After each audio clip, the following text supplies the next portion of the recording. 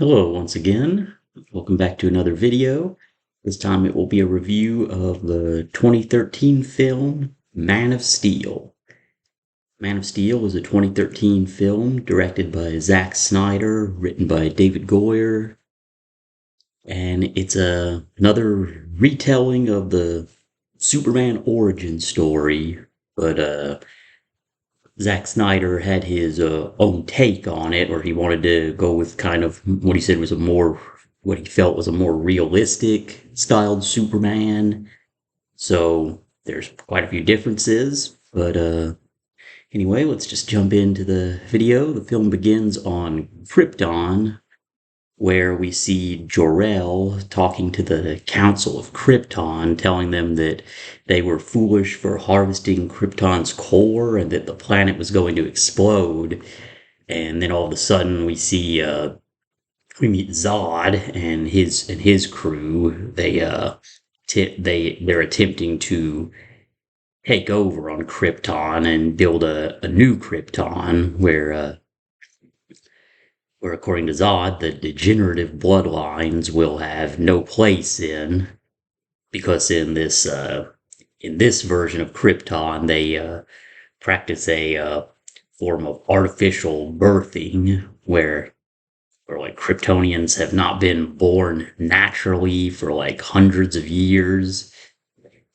And Zod finds out that Jor-El and Laura have had a son, who is Kal-El, and he's the first natural birth of Krypton in centuries, to which Zod claims is heresy and begins to fight with Jor-El and eventually kills him by stabbing him while Laura sends Kal-El off to Earth in the space pod. Zod and his crew attempt to shoot down the pod, but then they're stopped by the Kryptonian military forces and sentenced to the Phantom Zone. And as Zod is being sent away to the Phantom Zone, he looks over at Laura and screams at her that he will find Kal-El. And yeah, it's kind of goofy the way he goes about it. He goes, "I will find him. I will find him. I will find him. You will find him!" Yeah, it's really goofy and overacting. I don't know why he thought that was a good idea, but then they get sent away, and and the way they go to the Phantom Zone in this is a little different than in like traditional Superman stories where he's got that Phantom Zone projector. Yeah. This time they're sucked up into these tubes, which some people claim look like dicks, but that's just goofy. And anyway, then we pick up where the planet blows up and Laura's robot is telling her to seek refuge, but like, where do you go when a planet blows up, right? And then from there we pick up with Kal-El's ship as it approaches Earth. We see it crash land, and then then we fast forward to this oil rig.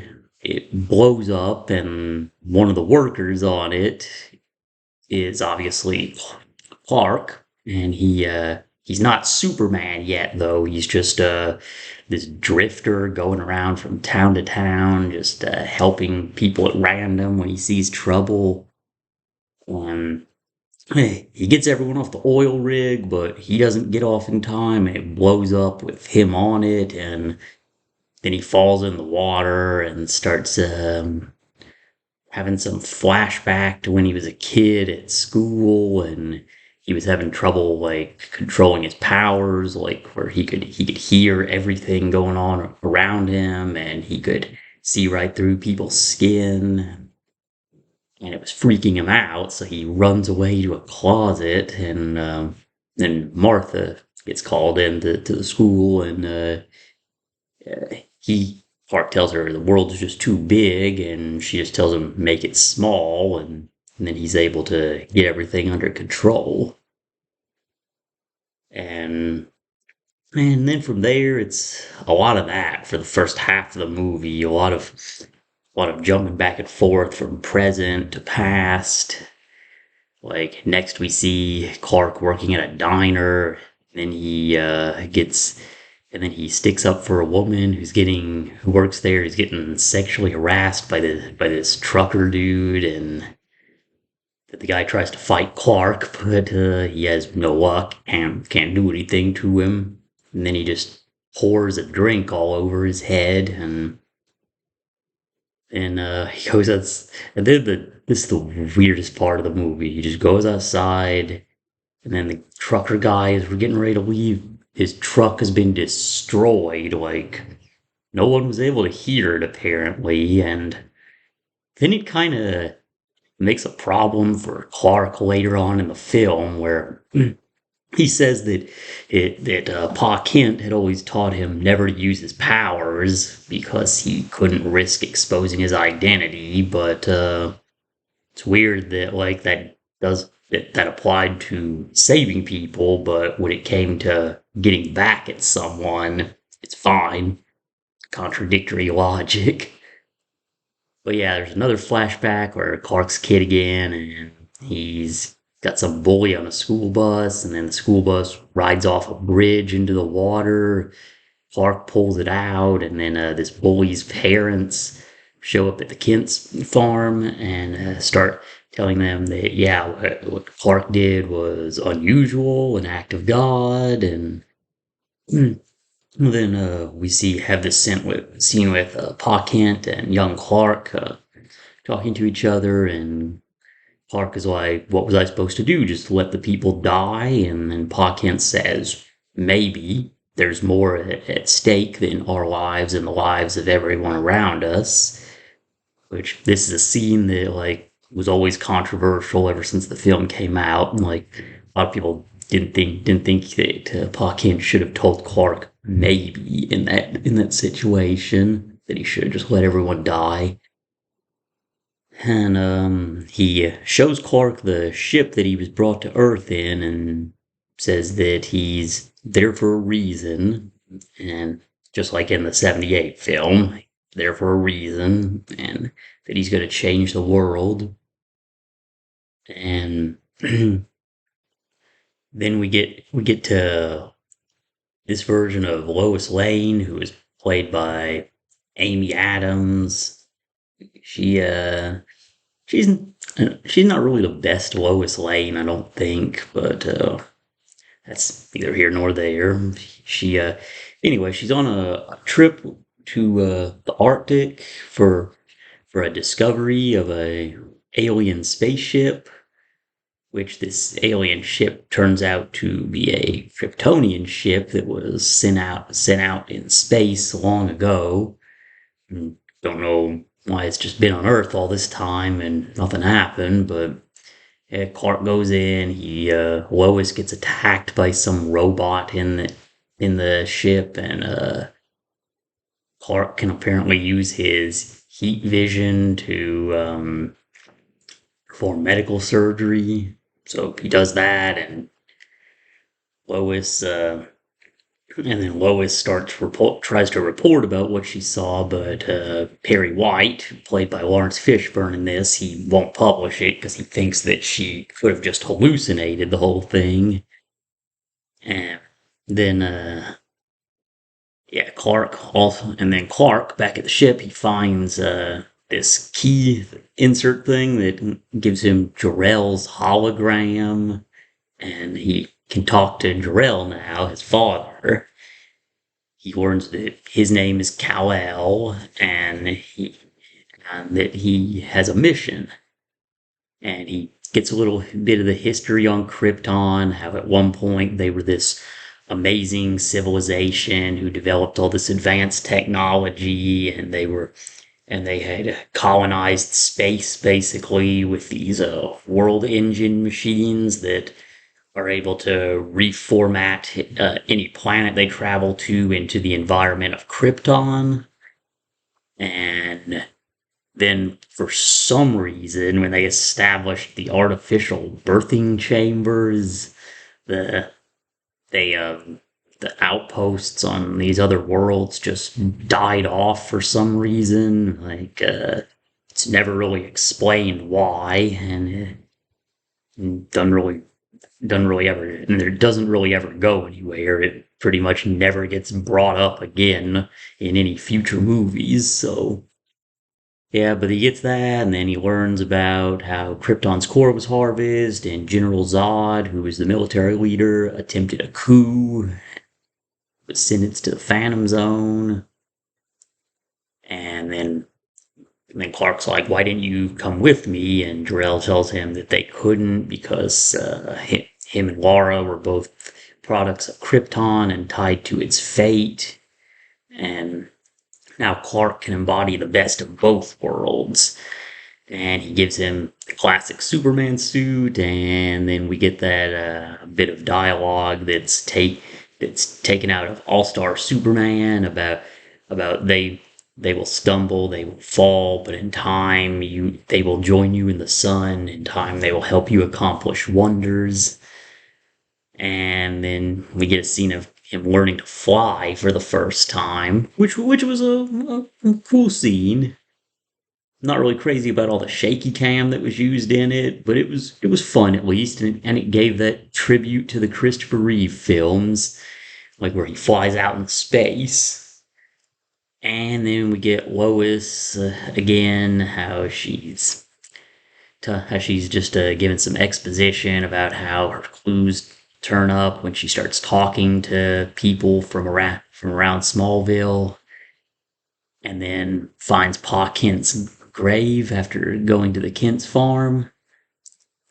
And then Clark says, "I don't want my story told." And then he gives her this backstory of when he was like a teenager, and he was having an argument with Pa Kent about how he wanted to do something useful with his life, and that Pa Kent wasn't his dad. And then they get distracted by a tornado, and Martha locks the dog in the car, and the dog cries because he's stuck in there now with a tornado.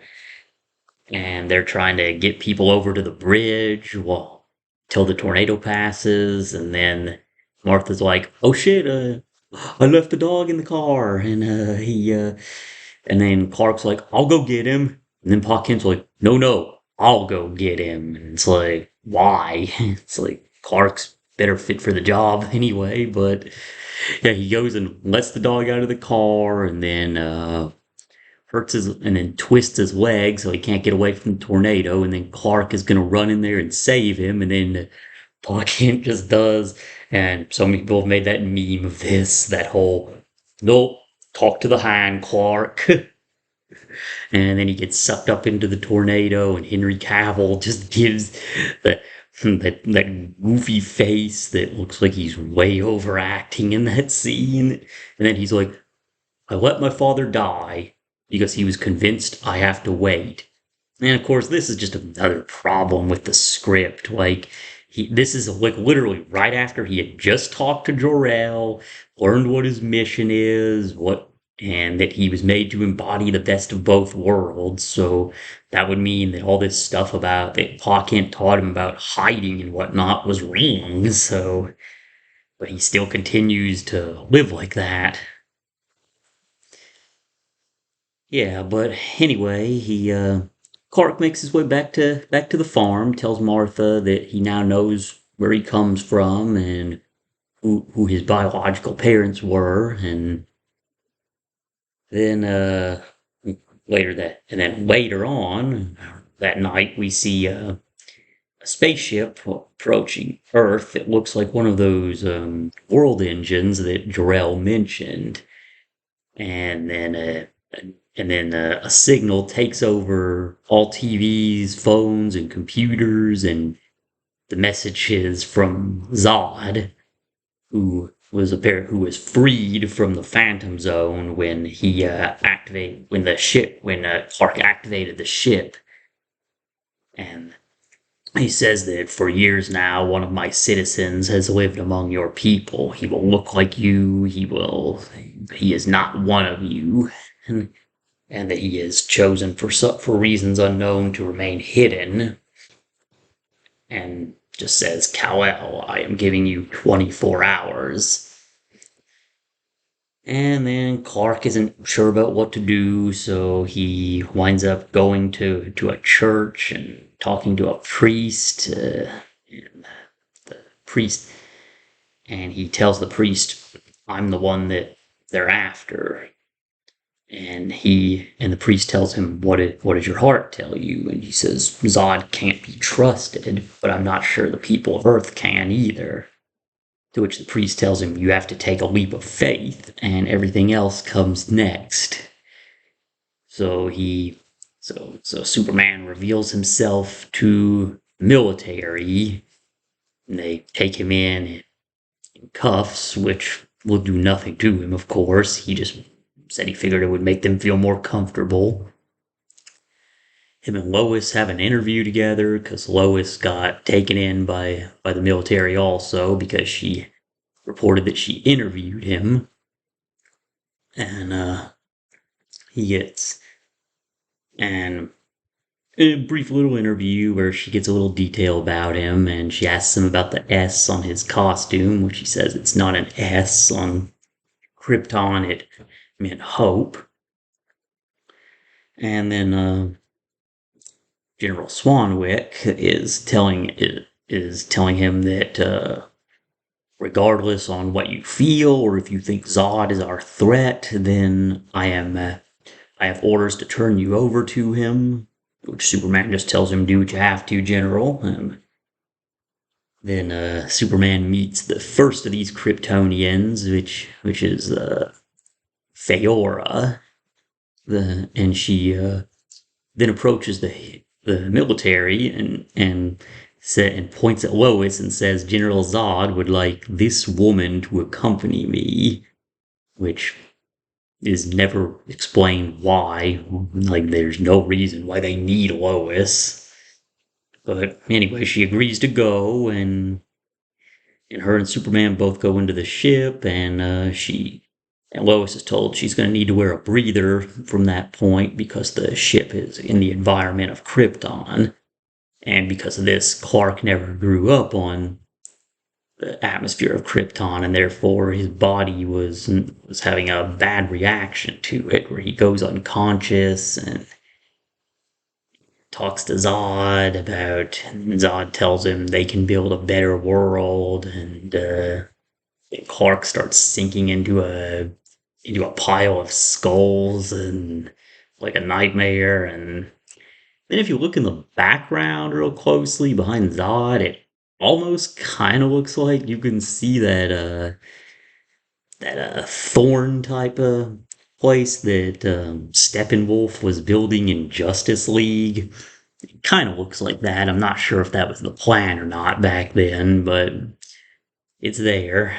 And Clark wakes up from his nightmare, and he tells Zod, you killed my father. And Zod's like, I did, and not a day goes by I don't regret it, but I would do it again for Krypton.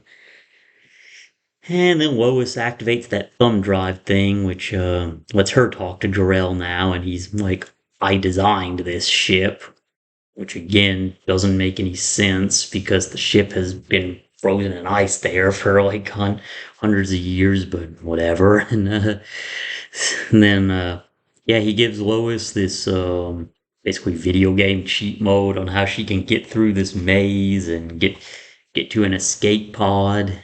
And then before she gets to the escape pod, she starts reformatting the atmosphere of the ship and to make it more like Earth. That way Superman starts getting his strength back and he's able to fight them off. And then he sees the hologram of Jor-El, and Jor-El tells him that we want you to learn how to be human first, and then points to Lois's escape pod that she got out of there in, and he's like, you can save her, Cal. You can save them all. And then Superman jumps out of the ship in the style of a Jesus pose, and he saves Lois from burning up in re-entry into Earth's atmosphere. And then the Kryptonians go to the farm now, and they encounter Martha, and they want to know what Clark did with the Codex that Jor-El had fused inside him at the beginning of the movie. Yeah, the thing with this Codex is it's supposed to be like all the cells of every Kryptonian who ever lived, and Jor-El infused them within the cells of Clark, and it's really kind of a pointless subplot that goes nowhere in any future movies, or really even in this movie for that matter. But anyway, Zod tells Feora to go to the barn and get the codex out of the pod, and she tells him it's not there, and then Superman just flies in there and grabs Zod and has that scene where he's beating on him screaming at him, "You never mess with my mother!" And then they crash into a gas station, and Zod's helmet gets messed up, and then he's in that same situation Clark was in when he was a kid, where he can't control his powers properly, and Superman tells him that his parents taught him to hone his senses, and without the helmet, Zod's taking it all in right now. And then the Kryptonians come and take Zod back on the ship to get him recovered, and then Superman prepares to have a fight with Feora and this big guy who is never named and never says a word of dialogue. Some wiki pages say his name is Namek, kind of like the homeworld of Piccolo from Dragon Ball, but that name was never mentioned in the movie at all. And yeah, Superman prepares for that fight. Then the military comes in, starts firing at the Kryptonians, and then they start destroying stuff. And yeah, Smallville gets literally wrecked in this fight. Like a train, like a train station gets blown up. Some buildings get blown up, and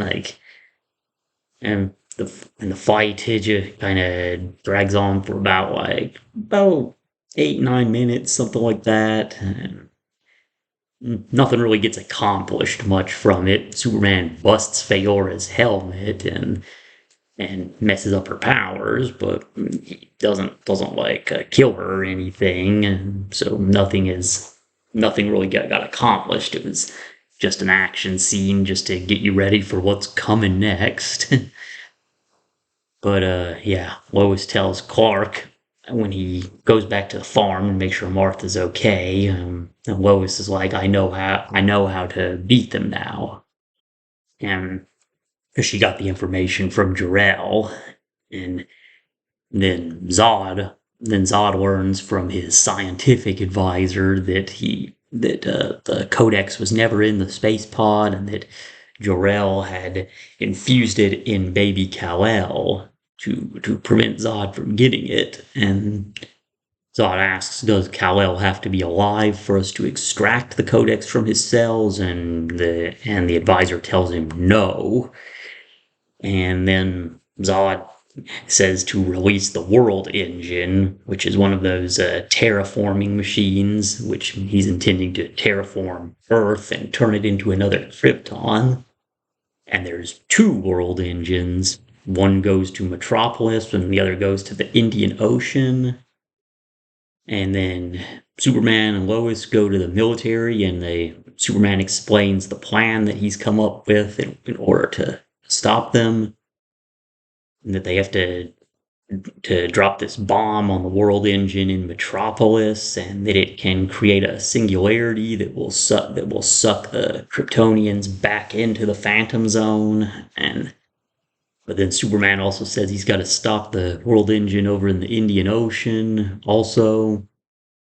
And yeah, so he goes and does that, and Metropolis is getting destroyed for the next 30 minutes easily, and Superman goes out and has that fight with the other World Engine at the Indian Ocean, and you see where it's terraforming the Earth into Krypton for a moment. He starts not being able to breathe right when he gets around it. and but he gets over it quickly and then fights with its mechanical tentacles, which is really goofy looking.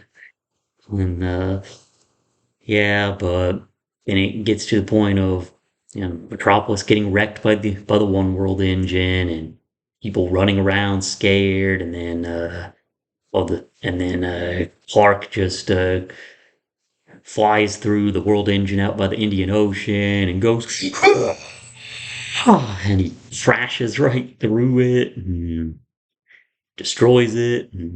But then there's still the other one in Metropolis, and while they're doing that, Zod has gotten hold of the spaceship that was frozen in ice for hundreds of years, and he has one final conversation with Jor-El where Jor-El tells Zod that our worlds can coexist together, and that Zod's clinging to a world that no longer exists, and Zod tells him he will not go through torturous years of trying to adapt the way Kal-El did, and he completely overrides Jor-El, so Jor-El is like officially dead now, like never see him again.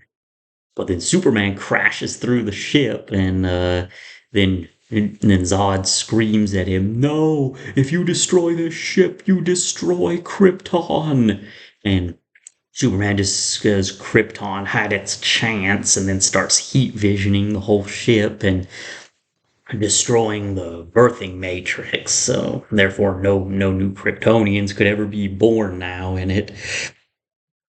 And the ship crashes into Metropolis, and the military people successfully manage to drop that bomb, and the sergeant guy, played by Christopher Maloney, he has that one final confrontation with Feora, where he says to her a line of dialogue she told him earlier: "A good death is its own reward."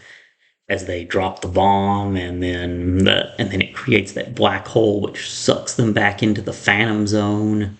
Except for Zod, he avoids it somehow, and then Superman takes a break from all the fighting to kiss Lois in a crater where like millions of people must be dead, or at least badly injured. And that doesn't seem like the appropriate moment for a kiss scene. Right, and then Lois tells him, it's all downhill after the first kiss, right? And Superman's like, "I'm pretty sure that only counts if you're kissing a human." And then he notices Zod sitting over on the side, and he goes over to him, and then Zod's just going on about how like he was created with a mission to protect his people, but now he has no people, so he has no reason to live, and he's gonna make the people of Earth suffer to get at Clark. And then him and Superman have that fight, which according to Zack Snyder was based off of the fight in Dragon Ball Z and the Saiyan saga between Goku and Vegeta. And so Superman and Zod, they fight a bit, smash each other through buildings, then they fight out in space for a little bit, and you see a Wayne Enterprises satellite hinting that this is a shared universe. And yeah, but they fight for a little bit, then they get drugged back, then Superman drags Zod back down to Earth, and they coincidentally enough land right in Metropolis again, which I thought was a little silly. Would have been more interesting, I think, if you saw them fighting in like different locations for a little bit, and then maybe at some point Zod gets some upper hand and drags Clark back to Metropolis. Would have been more interesting. Yeah, because that's the thing. During the fight, Zod gains complete control of his powers. He doesn't have any of those issues before because, as he says, I was I was born to be a warrior. I trained my senses. Where did you train? On a farm? Which doesn't make any sense given the logic that was already established in the movie, that it was going to take years of adapting in order to gain control of these powers, but that logic got thrown out just so this fight could get injected in.